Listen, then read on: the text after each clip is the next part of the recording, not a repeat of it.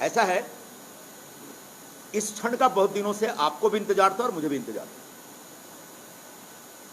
आपको पता होगा, 1 हफ्ते पहले मैंने घोषणा की थी, और वो घोषणा तब की थी जब महाविकास आघाड़ी की तरफ से शिवसेना ने बगैर कांग्रेस के साथ सहमति बनाए एक खिचड़ी चोर को हमारे क्षेत्र का लोकसभा का अगला उम्मीदवार घोषित किया।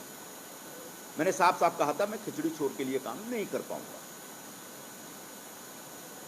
क्योंकि भ्रष्टाचार एक बड़ा मुद्दा है। भ्रष्टाचार के मुद्दे पे कांग्रेस पार्टी हमेशा हाई मोरल ग्राउंड लेती है। अभी जो बची खुची शिवसेना है, उसके प्रमुख परसों गए थे वहां रामलीला मैदान में, और वो भाषण देते देते बोले कि भारतीय जनता पार्टी यानी भ्रष्ट जनता पार्टी।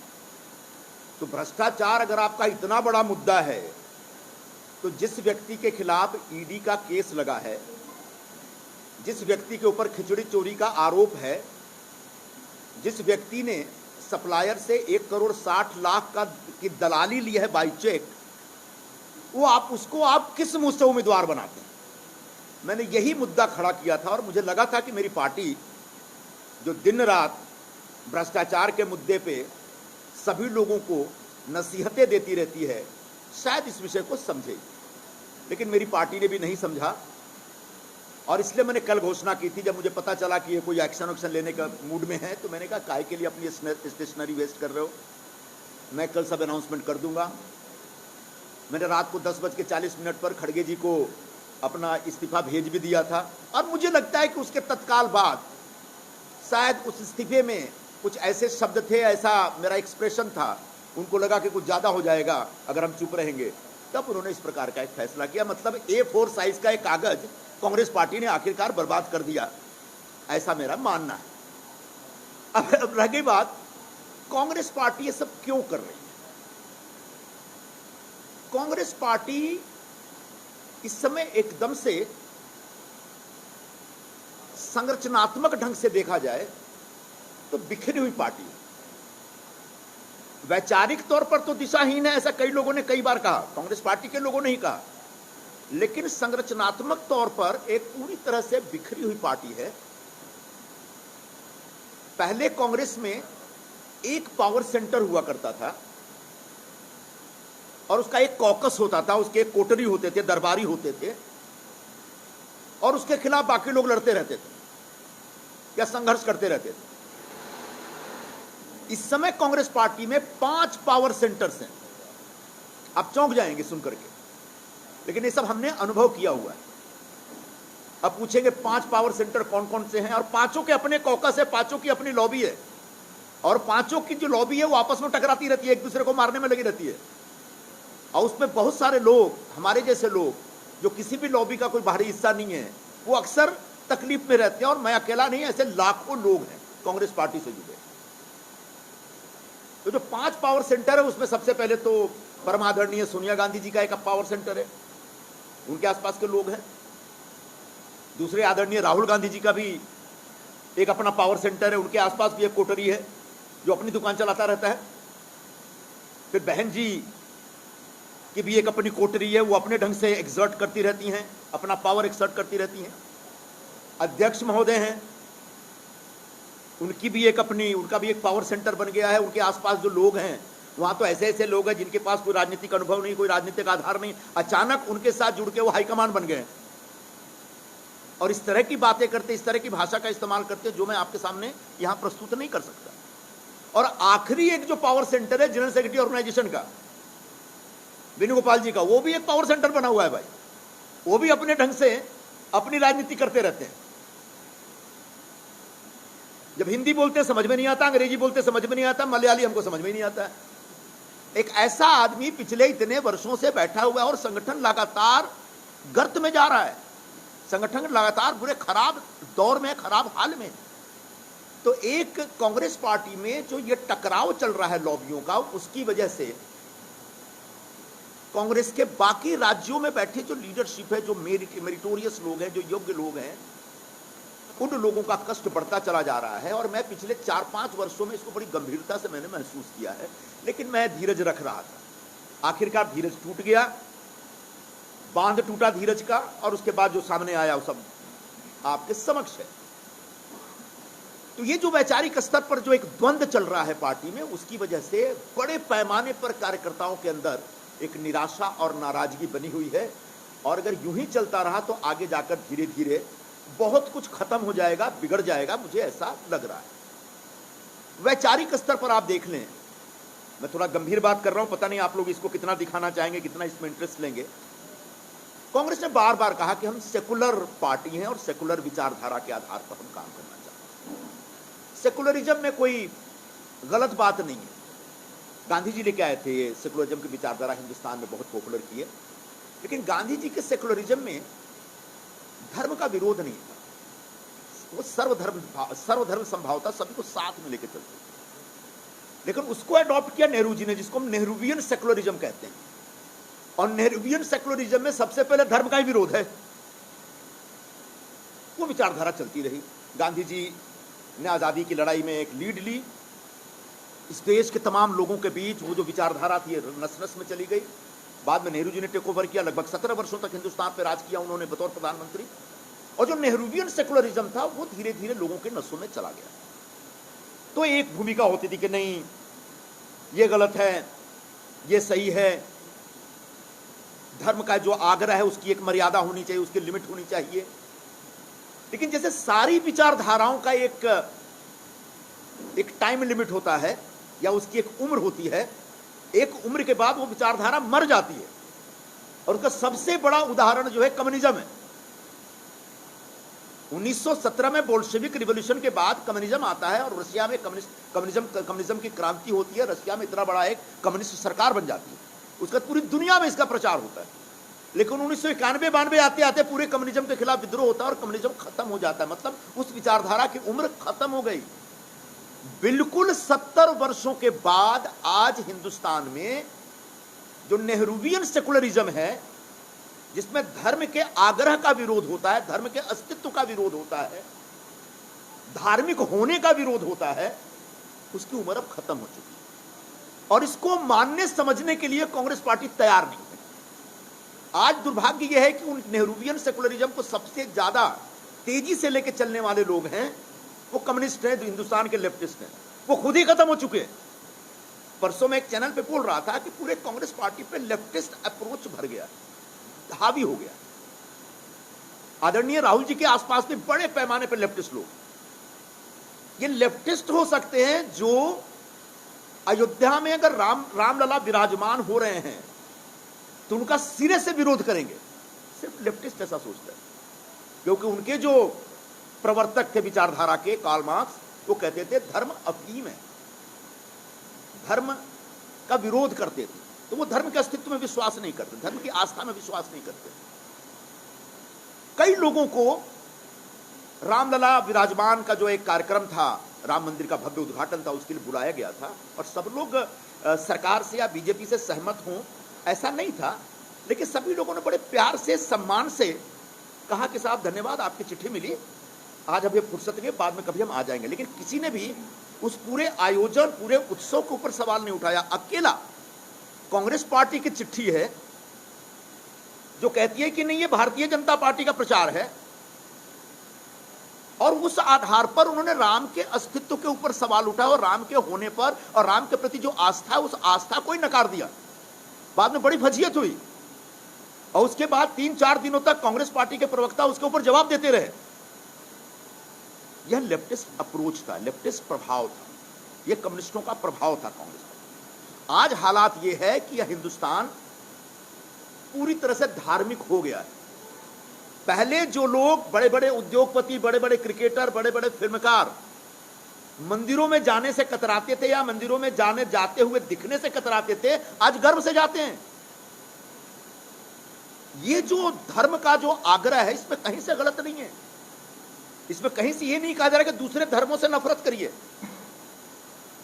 बाकी धर्म के लोग भी उतना ही अपने धर्म के प्रति आग्रह रखते हैं, लेकिन यहां पर जो नेहरूवियन सेकुलरिज्म था उसने कहीं न कहीं लोगों को हिंदू धर्म को मुख्य धारा से बाहर कर दिया था। और हिंदू धर्म में आस्था रखना मतलब कोई गुनाह है या ब्लास्फेमी जैसा है, धर्मद्रोह है, इस प्रकार की एक भूमिका बन गई। आज कांग्रेस पार्टी वैचारिक स्तर पर अगर इस खांचे में देखें तो पूरी तरह से इरिलेवेंट हो गई, इस खांचे से बाहर हो गई। इसलिए लगातार लोग टूट रहे हैं, बिखर रहे हैं या अंदर अंदर कसमसा रहे हैं। तो वैचारिक आधार पर हालत खराब है, संगठनात्मक स्तर पर पूरा बिखरा हुआ है मामला।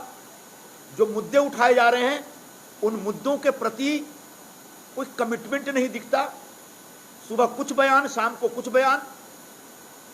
जो नारे हैं ऐसे नारे हैं जो उनके घर में भी एक बार से दोबारा नहीं बोला जाएगा। न्याय का हक मिलने तक कितनी बार कोई बोल सकता है, कोई नारा है। और ये नारा लेकर के हम लोग निकल गए। उसका कारण यह है कि कांग्रेस पार्टी के शीर्ष नेतृत्व में बड़े पैमाने पर ऐसे लोग बैठ गए हैं जिनका जमीन से कोई नाता नहीं रह गया। जमीन पे क्या हो रहा है इसकी समझ नहीं है, इसकी पकड़ नहीं है। आधे से ज्यादा लोग तो आउटडेटेड हो चुके हैं, स्क्रैप मटेरियल है वो। ऐसे लोगों के हाथ में कांग्रेस की कमान है, तभी संजय निरुपम जो बोल रहे हैं उसको सुनने वाला कोई नहीं है वहां पे। और उसका नतीजा कल निकला और आज आपके सामने हूं। तो ऐसी कांग्रेस पार्टी के समक्ष मैंने विषय रखा था कि साहब मुंबई, महाराष्ट्र में या कहीं पर भी अलायंस कर रहे हैं तो अपने अस्तित्व को बचाने का भी एक विशेष आग्रह रखिए। मुंबई में क्या हुआ, 6 में से 5 सीटें दे दी गई, इसका मैंने विरोध किया। यह विरोध करना कुछ गलत है। मैं कह रहा हूं कि इससे कांग्रेस पार्टी आने वाले दिनों में मुंबई में हमेशा हमेशा के लिए खत्म हो जाएगी। ये मैं सच बोल रहा हूं और इस सच के लिए सजा ये दे रहे हैं कि आप संजय निरुपम को निकाल रहे हैं पार्टी से।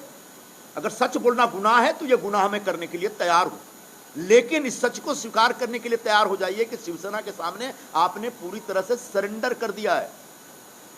मुझे यह भी पता है कि जब मैंने खिचड़ी चोर का मुद्दा शुरू किया और शिवसेना पर जोरदार हमला किया तो जो बची खुची सेना के प्रमुख हैं उन्होंने जोरदार दबाव डाला दिल्ली में कि अब तो संजय निरुपम को निकालिए आप। दूसरी पार्टी के नेताओं के कहने पर आप अपनी पार्टी के नेताओं को निकाल रहे हैं। ऐसे कांग्रेस पार्टी चलेगी और बचेगी आने वाले दिनों में? यह एक बड़ा प्रश्न है और जिसका जवाब मेरे पास है आगे भविष्य नहीं है। मेरे पास सुबह से कई लोगों के फोन आ रहे हैं, मैसेज भी पड़े हैं, साहब थोड़ा शांत रहिएगा, 2-4 महीने में सब ठीक हो जाएगा, कांग्रेस पार्टी का भविष्य है। और मैं कह रहा हूं कांग्रेस पार्टी का अब कोई भविष्य नहीं। कांग्रेस पार्टी अब इतिहास जमा हो चुकी है। कांग्रेस पार्टी में कुछ कुछ पॉकेट्स रहेंगे, जैसे ब्रिटेन में जाएंगे तो लिबडेम पार्टी है, एक लिबरल डेमोक्रेटिक पार्टी है, उसके भी 2-4 एमपी चुन के आते रहते हैं। यहां पर भी कम्युनिस्टों के कुछ एमपी चुन के आते रहते हैं। वैसे ही 2-4, 5, 10, 12, 25, 50 ऐसे एमपी चुन के आते रहेंगे। लेकिन अब कांग्रेस पार्टी हिंदुस्तान की राजनीति की मुख्य धारा की पार्टी नहीं रही। उनके आचरण से, उनके कर्मों से, उनके एक्शन से, उनके कदमों से यह बात स्थापित होता है। सिर्फ मैं निकाला गया हूं इसलिए मैं बोल रहा हूं, ऐसा नहीं है। जिस तरह से पार्टी के अंदर कार्यकर्ताओं का, नेताओं का एक भयंकर असंतोष है उनके अंदर, क्षोभ है उनके अंदर, उसकी वजह से यह कांग्रेस पार्टी को आगे लेके जाना बहुत मुश्किल है। जो लोग वहां पे हैं, पता नहीं उनमें से कौन कब छोड़ के निकल जाएगा, इसकी भी गारंटी नहीं है। जो लोग मेरे खिलाफ बातें कर रहे हैं, जिनके हाथ में नेतृत्व दिया गया है, वो कब तक कांग्रेस में, इसकी गारंटी वो भी नहीं दे सकते।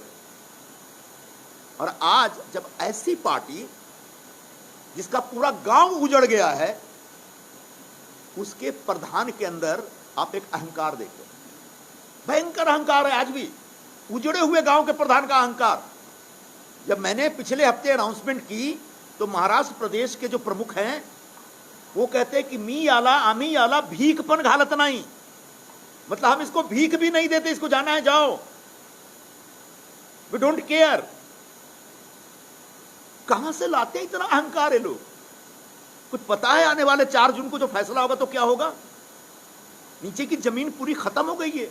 दुष्यंत कुमार लिखे थे कि नीचे जमीन नहीं और उनको यकीन नहीं है। तो ऐसे अहंकारी लोगों की पार्टी जिनका सब कुछ लुट पिट गया है, वो हाल है कांग्रेस पार्टी का। अब अलायंस हुआ, शिवसेना कितनी बिखरी हुई है, टूटी फूटी पार्टी है, साफ दिख रहा है। शरद पवार जी की पार्टी का भी हाल दिख रहा है। कांग्रेस का हाल मैंने बता दिया। तो 3 लॉस मेकिंग यूनिट का मर्जर हुआ है। अब जो loss making units, loss making कंपनियों का मर्जर होता है, तो उसके बाद जो कंपनी बनती है वो भी लॉस मेकिंग होती है। पहले BIFR में होते थे, अब NCLT में जा रहे हैं। किसी ने मुझे पूछा कि ये शरद पवार की पार्टी क्या? मैंने भूषण स्टील है। शिवसेना क्या है? वो सेंट्रल मुंबई का जो बंद पड़ा टेक्सटाइल मिल है। मिल की बिल्डिंग खंडहर के तौर पे पड़ी है। मिल के नीचे पुराने मशीन भी पड़े हैं। बेचारे कपड़ा मिल के मजदूर भी है, लेकिन प्रोडक्शन नहीं है कुछ भी। कांग्रेस पार्टी का हाल क्या है? बिहार के चीनी मिल की तरह है, गौरवपूर्ण अतीत है।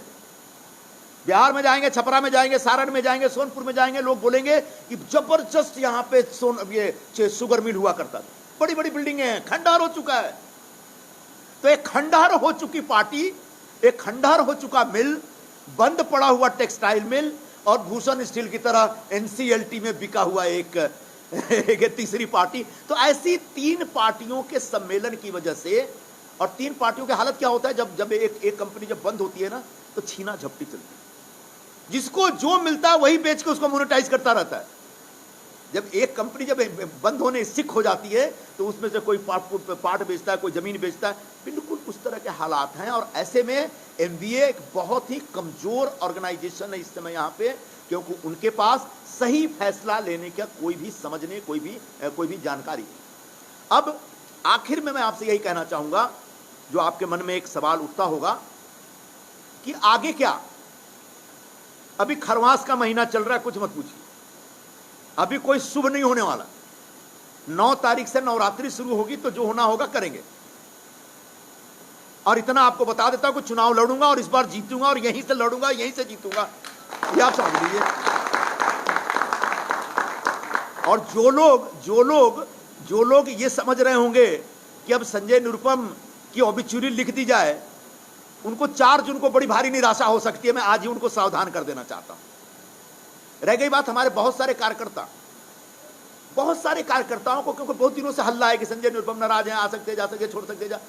तो पार्टी के जो ऐसा नेतृत्व जिसमें जंग लग चुका है, जो घर से बाहर नहीं निकलता, लोगों के बीच नहीं जाता, ऐसे जंग लगे हुए नेताओं ने हमारे कार्यकर्ताओं पे, नेताओं पे जिले में दबाव डाला। तुम जाओ मत, ये करो, वो करो, तुम्हारा बहुत उज्जवल भविष्य है। सबने पलट के पूछा कि भाई जब संजय निरुपम का ही भविष्य नहीं तो हमारा क्या भविष्य हो गया। फिर भी मैं आज अपने सभी साथियों को कहना चाहूंगा, मैंने कई लोगों से पूछा, कई लोग आना चाहते हैं, कई लोग नहीं आना चाहते हैं, कोई दिक्कत नहीं है। आगे की भूमिका जब तय होगी तो सब आएंगे, लेकिन अभी जिसको जहां रहने का मौका है वहीं पर रहे, और जिसको आना है आए। लेकिन किसी भी कार्यकर्ता, किसी भी नेता पर मेरा कोई दबाव नहीं, कोई प्रेशर नहीं है, ये मैं स्पष्ट कर देना चाहता हूं। अब आप लोग बता सकते हैं।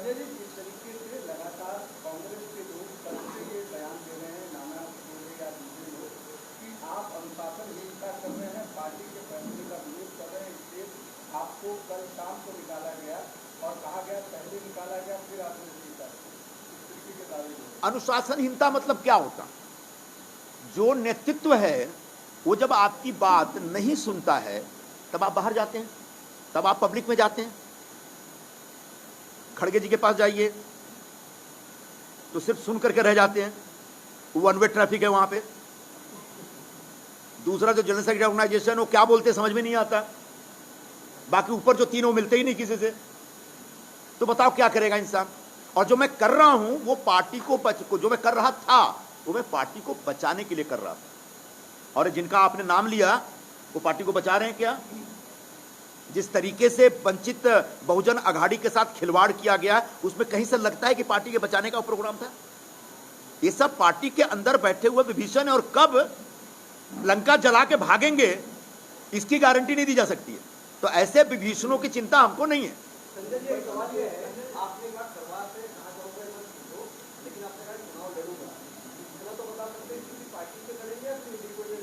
वो अभी बता देंगे आपको। इंडिपेंडेंट चार्ज नहीं लड़ेंगे, इतना चिंता मत करिए।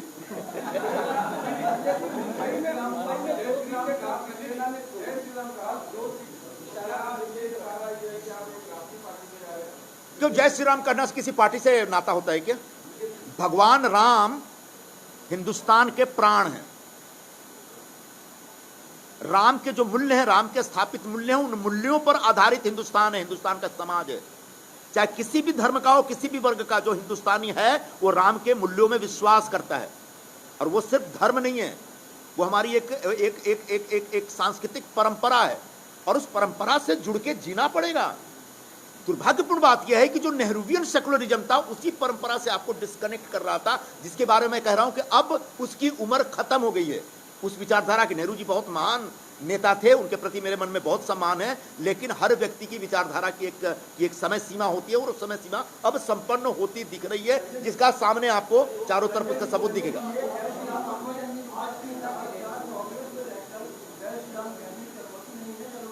हाँ, अगर ये बात, बड़ा अच्छा सवाल किया आपने। जब मैं मुंबई का अध्यक्ष था तो मैंने तय किया कि मुंबई कांग्रेस में सत्यनारायण भगवान की कथा कराऊंगा। गलत क्या है भाई इसमें?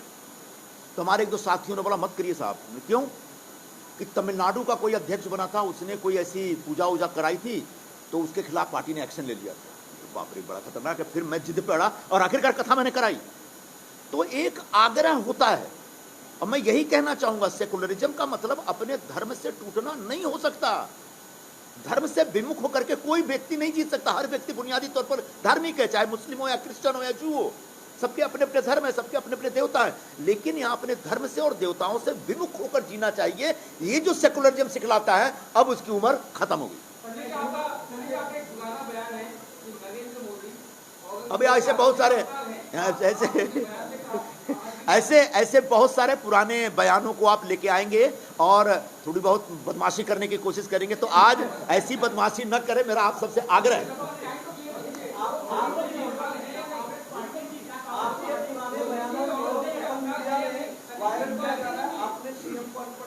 ऐसा है, मैं एक आउटस्पोकन व्यक्ति हूं, बोलता हूं। जिस पार्टी में रहता हूं उस पार्टी की भूमिका, उस पार्टी की जो विचारधारा है, उस पार्टी का जो दृष्टिकोण है, उसको बड़ा खुल के रखता हूं। और मैं अकेला ऐसा नहीं, ऐसे बहुत सारे लोग हैं। आप हमारे जो पुराने ट्वीट और पुराने बयानों को जब खोद के निकालेंगे, तो ऐसे मैं अकेला नहीं, ऐसे बहुत सारे लोग हैं जो ऐसे बयानों और ट्वीट के बावजूद इस समय पार्टी छोड़ करके कहीं और बैठे हुए हैं। मुझे नहीं मालूम किसने माफी मांगी। अब इतना ज्यादा अभी मेरे प्रेस कॉन्फ्रेंस को डिरेल मत करिए त्रिवेदी जी महाराज, मैं आपसे हाथ जोड़ रहा हूं। अभी रुक जाइए, थोड़ा धीरज रखिए। अभी आने वाले दिनों में बहुत बार बोलेंगे, अभी बहुत लोग मेरे खिलाफ बहुत सारी बातें बोलेंगे, तब का जवाब दिया जाएगा। ऐसा नहीं होता। देखिए, बहुत ठीक है, ऐसा नहीं होता। आप बहुत अच्छा सवाल किया आपने। मैं मान लीजिए किसी का विरोधी हूं, तो विरोधी स्वर उस व्यक्ति या उस संस्था के बारे में अपनाता हूं। लेकिन जैसे मैं तय कर लेता हूं कि मुझे अब इनका विरोधी नहीं रहना है, इनसे हाथ मिलाना है, इनके साथ बैठना है, तो निश्चित तौर पर जो आपकी वो भूमिका थी, वो भूमिका से आप पीछे हट जाते हैं। यह एक सैद्धांतिक आधार है।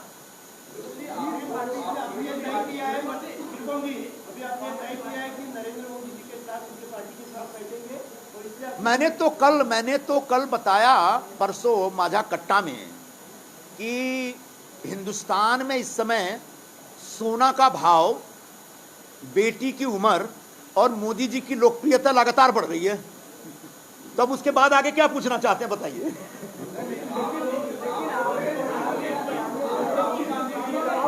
एक बार में एक व्यक्ति बोले, मैं हर सवाल का जवाब देने के लिए तैयार।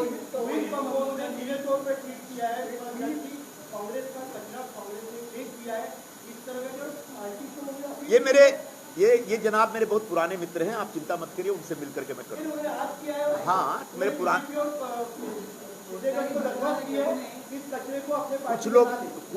कुछ लोग इस तरह की बातें करेंगे, और करना भी चाहिए। जनतंत्र है, जनतंत्र में सबको अपनी अपनी बात कहने का हक है। आगे जाकर के कैसे सामंजस्य स्थापित करना है, थोड़ा हम पर छोड़ दीजिए।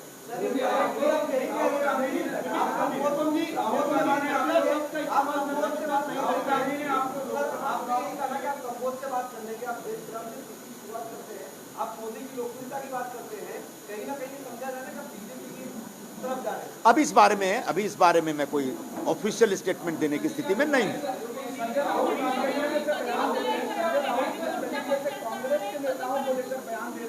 अर्थात एक मिनट, मराठी शुरू करूं?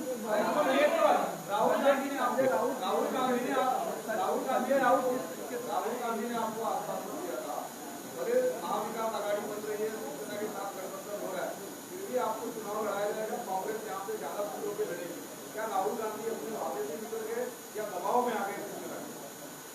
मैं सिर्फ राहुल गांधी जी को दोष नहीं दूंगा, पूरी कांग्रेस पार्टी ने अलग अलग राज्यों में जो अपना पॉलिटिकल कामकाज है उसको वहां के स्थानीय पार्टियों के ऊपर को आउटसोर्स कर दिया है कि हमारी पार्टी आप ही चलाइए, चाहे बिहार हो या महाराष्ट्र हो या तमिलनाडु दिख रहा है आपको।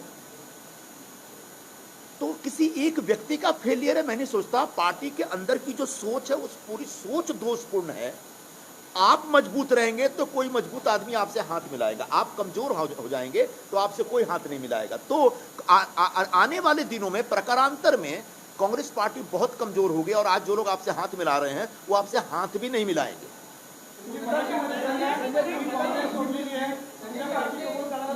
एक मिनट मराठी मध्ये आत येतो ना, मराठी महायुति ने कोई भी उम्मीदवार खड़ा नहीं किया है और ये सीट उनकी अलायंस में शिंदे ग्रुप के पास आई है। तो क्या ये माना जाए कि भविष्य में आपका नया ठिकाना शिवसेना? ये हम 9 तारीख के बाद, नवरात्रि शुरू होने के बाद आपको बताएंगे कि अगला ठिकाना क्या है।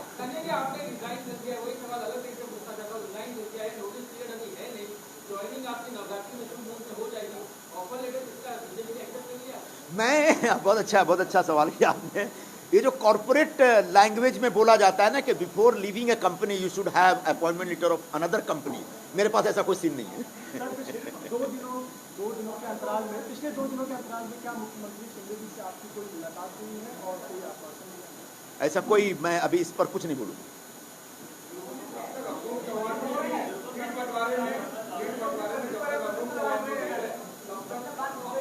मैं अभी कहाँ कुछ बोल रहा हूँ। आता चलो, आता सुरू करू मराठीत।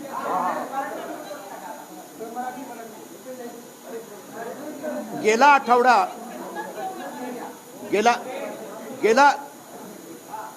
आठवड्यात जेव्हा तुम्ही सगळे माझ्या प्रेसर साथी आला होता तेव्हा मी एक अनाउन्समेंट केला होता की आता मी 1 आठवडा वाट पाहणार माझ्या पक्षाचे जो नेतृत्व आहे त्यांच्याशी, कारण महाविकास आघाडीतर्फे शिवसेनाने परस्पर बोलून शिवाय जो उमेदवार दिलेला आहे तो खिचडी चोर आहे।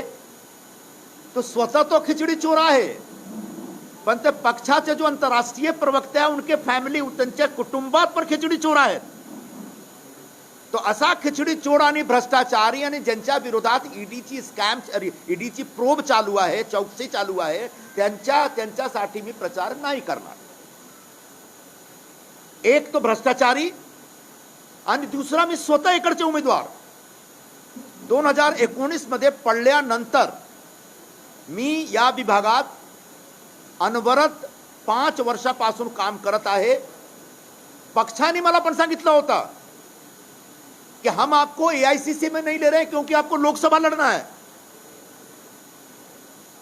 कधी याच्यावर वाद उठेल तो मैं नाव पण सांगणार आणि मोठा नेता कोणी काय बोलला मला मी सांगू शकतो, पण माझी तयारी होती लोकसभा निवडणूक लढण्याची। आणि आमचे पक्षाचे लोकांनी जो सीट वाटपसाठी जो वाटाघाटी होत होतो त्या प्रक्रियामध्ये बसून जाणून बुझून माझा सीट त्यांनी गमावला आणि ही सीट एक भ्रष्टाचारीला दिला। माझा याचा विरोध होता। मला असं वाटत होता की पक्षाचं नेतृत्व माझ्याशी संपर्क करेल। काल परवा फोन होता, एकाचा मिस्ड कॉल होता, दुसऱ्याने सांगितलं अभी नेक्स्ट वीक तक कुछ मत करो आप। मैंने कहा ना, आता निर्णय झालेला आहे। मोठे नेते आहेत। महाराष्ट्राचे जो प्रमुख आहेत त्यांनी काय बोलला की मी निरुपमला भीक पण घालत नाही। तुम्ही महाराष्ट्राचे प्रमुख आहात आणि एवढा अहंकार, ओसाळलेली गावाची पाटीलकी चालवता तुम्ही। तुमचा गाव संपलेला आहे तरी तुम्ही पाटील, आम्ही प्रधान, आम्ही सरपंच। आणि जेव्हा सब कुछ तुमचा एक लुटलेला आहे तेव्हा तुम्ही एवढा अहंकार घेऊन का बोलता, कसं बोलता? माझ्या मनात हा प्रश्न आहे। कालच मी असा एक निर्धार केला की आता सोडण्याचा वेळ आलेला आहे। आणि जेव्हा मी सोडण्याची तयारी करत होतो, मला असं लोकांनी सांगितलं की ते तुमच्या विरोधात ते ॲक्शन घेणार. मी सांगितलं बाबा कशाला तुम्ही तुमच्या स्टेशनरी नष्ट करता तुम्ही. आज A4च्या एक पेज त्यांनी बर्बाद केलं माझ्यावर. मी सांगितलं की उद्या मी निर्णय घेणार. तो आज माझा निर्णय असा आहे की आता काँग्रेस पक्षामध्ये राहण्याचा काहीही उपयोग नाही. काँग्रेस पक्ष संपलेली पक्ष आहे आणि काँग्रेस पक्ष बरोबर जो शिवसेना और बाकी बचे एक शिल्लक राहिलेला जो NCPचा जो एक अलायन्स आहे, त्या अलायन्समध्ये आता काहीही दम नाही आहे आता. आणि हे तीनही पक्ष मिळून काही करू शकत नाही. त्यांचा जो कॅन्डिडेटचा जो एक निवडण्याचा जो प्रक्रिया आहे तो पण दोषपूर्ण आहे, त्यांच्या कनेक्ट नाही आहे. आणि असं परिस्थितीत आता जेव्हा काँग्रेसचा नेतृत्व माझा काही ऐकत नाही, त्या असं परिस्थितीत मला काँग्रेस पक्ष सोडण्याचा एक निर्णय घेतला पाहिजे. आणि जेव्हा मी निर्णय घेत होतो तेव्हा त्यांनी माझ्या विरोधात एक हकालपट्टी केली. का हकालपट्टी केली माझी? मी सच बोलत होतो. माझा सच काय होता? संघटन वाचवायचं आहे. संघटन काँग्रेस पक्ष वाचविण्यासाठी मी गेला कित्येक महिन्यापासून संघर्ष करत आहोत.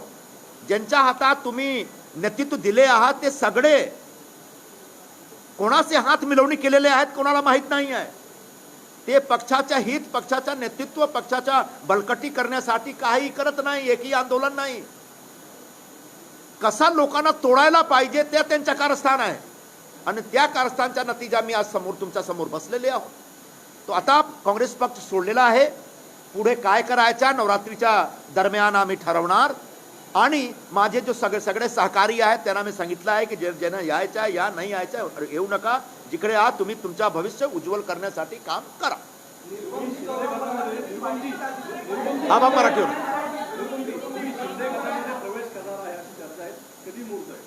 आता सध्या मी सांगू शकत नाही कुठल्या पक्षमध्ये आणि कुठल्या ग्रुपमध्ये और कुठे जाणार. पण नवरात्रीच्या दरम्यान काहीतरी एक निर्णय घेण्याची परिस्थिती आहे, मनस्थिती आहे. हा, उत्तर पश्चिम मधून निवडणुकी लढणार आणि यावेळी जिंकणार. तुम्हाला विरोध केला जातोय. संजय तुम्ही पक्ष सोडणार. मोहित कंबोज तुम्ही म्हणले तुमचे मित्र आहेत, पण त्यांनी अतिशय कडक शब्दात टीका केली आहे. काँग्रेसचा कचरा असा तुमचा उल्लेख केलाय. मित्रांनी असा उल्लेख करणं योग्य आहे का? माझे जुने मित्र आहेत आणि जे काही आहे आमच्यामध्ये आम्ही सॉल्व्ह करून घेणार. तुम्ही काळजी करू नका. कचरा या शब्दावरती तुमचा आक्षेप नाही, नाही. तुम्ही काळजी करू नका. जे काही लोकतंत्र आहे, लोकशाही आहे, ते सगळे स्वतःचे आवडीनुसार शब्दाचा प्रयोग करतात. करू द्या, काही हरकत नाही. महायुतीच्या नेत्यांवरती टीका चालताय का? महायुतीच्या नेत्यांवरती टीका करणं चालताय का? एवढी कडक शब्दात टीका करून सुद्धा आक्रमक संजय निरुपम शांत भूमिका घेतात. तुम्ही महायुतीचे जो नेते मंडळी आहेत त्यांच्याशी विचारा, मला राहू द्या.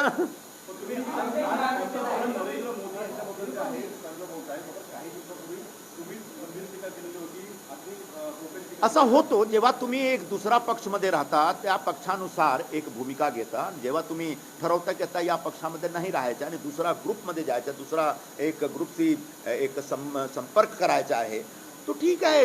जे काही माझ्या स्टेटमेंट आहे आणि माझं ट्विट आहे त्याच्यावर थोडाफार रिमोर्स करून आम्ही आता स्टँड बदललेला आहे. आणि स्टँड बदलण्याचा माझ्याकडे एक लोकतांत्रिक अधिकार आहे. चुकीचं आहे की याच्यामध्ये प्रत्येक व्यक्तीला एक या देशाचे घटनाने जो परमपूज्य बाबासाहेब आंबेडकरने जो घटना दिली आम्हाला, त्यांनी अधिकार दिलेला आहे की तुम्ही ठरवा तुमचा विचार काय असेल, तुम्ही ठरवा तुमचा पक्ष काय असेल, तुम्ही ठरवा तुम्हाला कुठे जायचं आहे. हा एक संवैधानिक अधिकार आहे आणि एक घटनात्मक अधिकार घेऊन मी उभे आहे तुमच्या बरोबर बसलेले आहोत.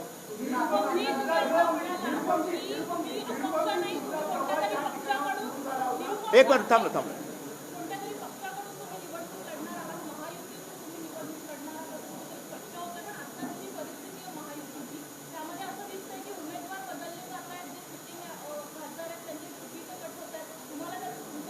तो त्यांच्या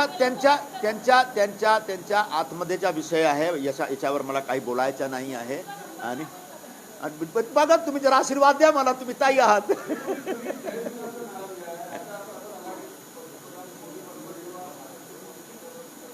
नाही, जय श्रीराम बोलणं म्हणजे पार्टी पॉलिटिक्स नाही आहे.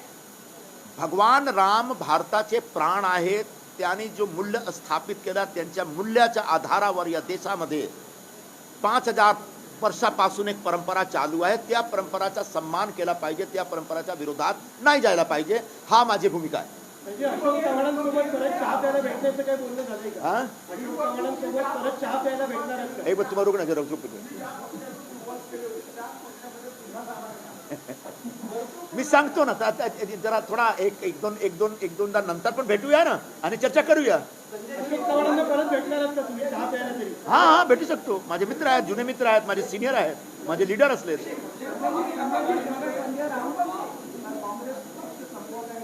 हाँ तो मी बोललो की जो आंतरराष्ट्रीय प्रवक्ते आहेत त्यांनी सर्वप्रथम त्यांनी स्वतःच्या पक्षाला संपवला, नंतर राष्ट्रवादी काँग्रेसला संपवला. आता काँग्रेस पक्ष संपविण्याचा एक डाव ते रचत आहेत का? त्यांची मनात अशी इच्छा आहे की मुंबईमध्ये जो पॉलिटिकल स्पेस आहे अपोजिशनचा, त्या स्पेसमध्ये फक्त त्यांचा जो उबाठा ग्रुप आहे त्याचा हक राहिला पाहिजे. त्यासाठी ते प्रत्येक पक्षाला काटत आहेत. पण ही प्रक्रियामध्ये त्यांच्या स्वतःचा पण विनाश होईल एकदा, माझी अशी भाकीत आहे. संजय राऊतांनी तुमच्या काँग्रेस तोडण्यावरती तुमचा उल्लेख करत म्हटलंय की भाजपने सगळ्या काँग्रेसच्या टॉप 20 भ्रष्टाचाऱ्यांना त्यांच्यासोबत घेतलं. टॉप 20 भ्रष्टाचारी माझ्यावर कुठल्या सीबीआयच्या चौकसी नाही आहे, ईडीची चौकसी नाही आहे. साधा जो पोलीस स्टेशन में केसेस आहेत फक्त पॉलिटिकल मुवमेंटचे केसेस आहेत आणि मला गर्व आहे त्या केसेसबद्दल. तर माझ्याबद्दल कुठल्या प्रकारचा एकही आरोप कोणी लावू शकत नाही. मी त्यांच्यासारखा आर्थर रोड जाऊन फिरून आलेला नाही आणि पुन्हा पण आर्थर रोड जाण्याचा भाग पडू शकतो त्यांच्यावर.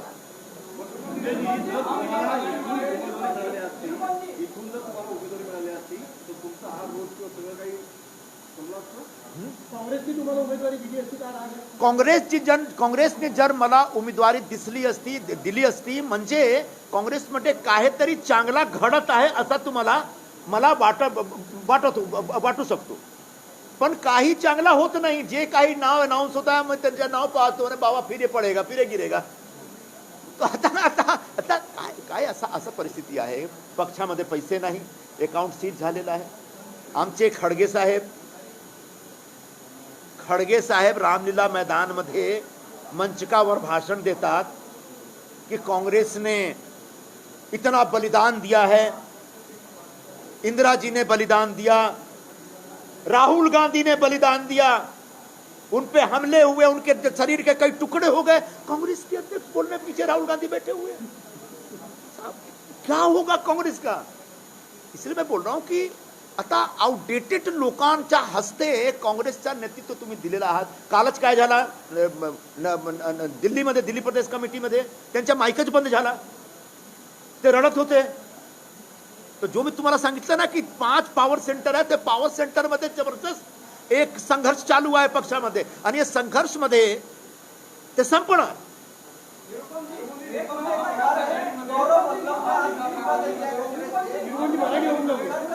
हे लोक जरा मराठी हो जाए.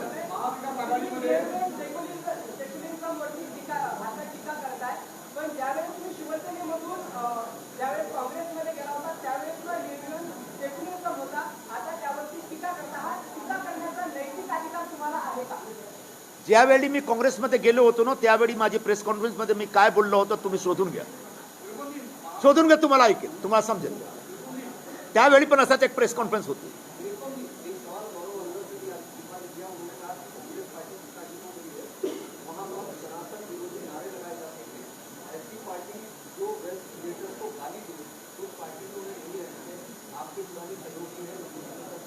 बिल्कुल वल्लभ जी का ये बयान सही है और यही बात मैं कह रहा हूं एक दूसरे शब्दों में, दूसरी भाषा में, क्योंकि ये पार्टी के अंदर बहुत सारे कार्यकर्ताओं नेताओं के अंदर ये भूमिका आ गई है, ये विचार बन गया है जिसको समझने मानने के लिए पार्टी का जो शीर्ष नेतृत्व है जो इस समय संचालन कर रहे हैं वो तैयार ही नहीं है. उनको एक्सेप्ट करना चाहिए. बाबा समय बदल गया है. 1947 नहीं है ये, 1960 नहीं है, 1990 नहीं है, ये 2024 है. पूरा एक जेनजी जनरेशन तैयार है जिसके अपने आग्रह हैं, अपने सरोकार हैं. पूरी एक नई जनरेशन है, पूरी नई सोच है, उसको अडॉप्ट करना पड़ेगा। और समय के साथ जो नहीं बदलता वो खड्डे में गिर जाता है। बहुत पुरानी कहावत है। बिल्कुल, धन्यवाद।